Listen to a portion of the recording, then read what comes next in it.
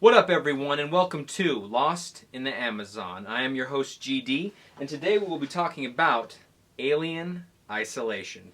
Should you buy it? Should you pass on it? Now, I know if you have better things to do, you gotta get to work, gotta feed your dog, feed your cat. I give this game a 4 out of 5 stars. A very, very solid 4 out of 5 stars. But if you can stick around, we're gonna get into why I really like this game, why I think it's a 4 out of 5 stars. So, without further ado, gameplay.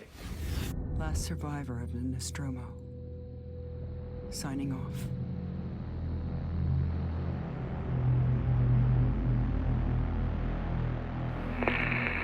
Alien Isolation is one of the scariest games I have ever played. I can't tell you how many times I was, hiding in a locker or underneath a table just waiting for this thing to come and just kill me dead. And because it's so sporadic, it is so hard to track. It adds a level of terror that I have yet to experience in any other game. Another aspect of Alien Isolation that I thought worked really well was its crafting system.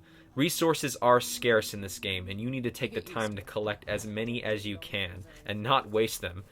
If you're in an area early on in the game and you waste a flashbang or a noisemaker on a couple of humans, later on in the game when the alien is stalking you, you are going to regret it.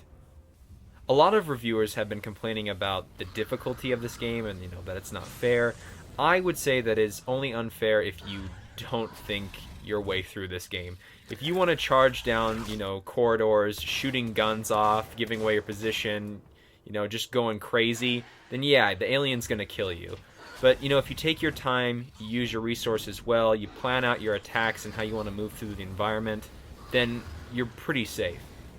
One thing I will say that is unfair about the difficulty, if you're playing through this game on hard mode, like I did the first time I was playing through it, if you are in a locker and the alien is kind of hovering outside, the locker, and then it starts sniffing the locker, and you hold your breath, and you're up against the wall, and you're like, oh my gosh, it's gonna find me, and then it leaves, and you're like, oh cool, I'm okay, and you go to exit the locker, the alien will be outside every single time and attack you and kill you. It doesn't matter what you do, if the alien sniffs you in a locker, you are dead. Kind of unfair. When it comes to screen tearing and, loss of frame rate and the game force quitting, I never saw any of that going on in the game, but I did see occasionally, little minor bugs, a cup would be levitating in a room, and then I'd kind of stare it down, and it would fall into place, and be like, oh, just kidding. That didn't ruin the experience, though, for me. I had a lot of fun, regardless of, those minor little bugs showing up. When it comes to the world of Alien Isolation, Creative Assembly nailed this game. Everything has been taken directly out of Ridley Scott's Alien, and it is a welcomed decision. If you are an Aliens fan, pick this game up just to experience its atmosphere. I can't tell you how many times I was looking at a wall, or looking out the windows at the planets, or watching the steam and the fire come off pipes and, crack and sizzle. This game's atmosphere was an absolute treat to journey through. A lot of reviewers have been saying that this game is too long, and that it'll become stale and boring, and you fight synthetics too much, and there's not enough alien in there. I think the alien was in the game plenty. I actually welcomed the alien not being in segments of the game because I didn't have to worry about it chasing me everywhere, which was very nice, and I could actually experience the world. When it comes to the story of Alien Isolation, I found it both believable and compelling. You're Amanda Ripley, and you're out to figure out what happened to your mom when things go terribly wrong. It was a storyline that was grounded in the context of the universe, and it works beautifully. One thing I didn't like about Alien Isolation was its DLC practices, which is something to take into consideration if you're going to purchase this game and you're an Aliens fan. Me personally, I really wanted the Ellen Ripley missions, but they were locked behind a paywall.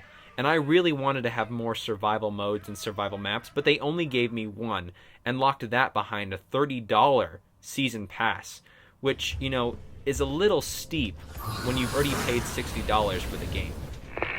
Well, guys, that about sums it up when it comes to everything I wanted to talk about in Alien Isolation. Now, before I get to my final verdict, which is what I think you should pay for the game, if you're an Aliens fan like me, and you love the movies, and you just love it and you crave it, I think it's $50 on Amazon right now, and you are not outside of the realm of reasonable to pay $50 for this game. I had a ton of fun playing this game.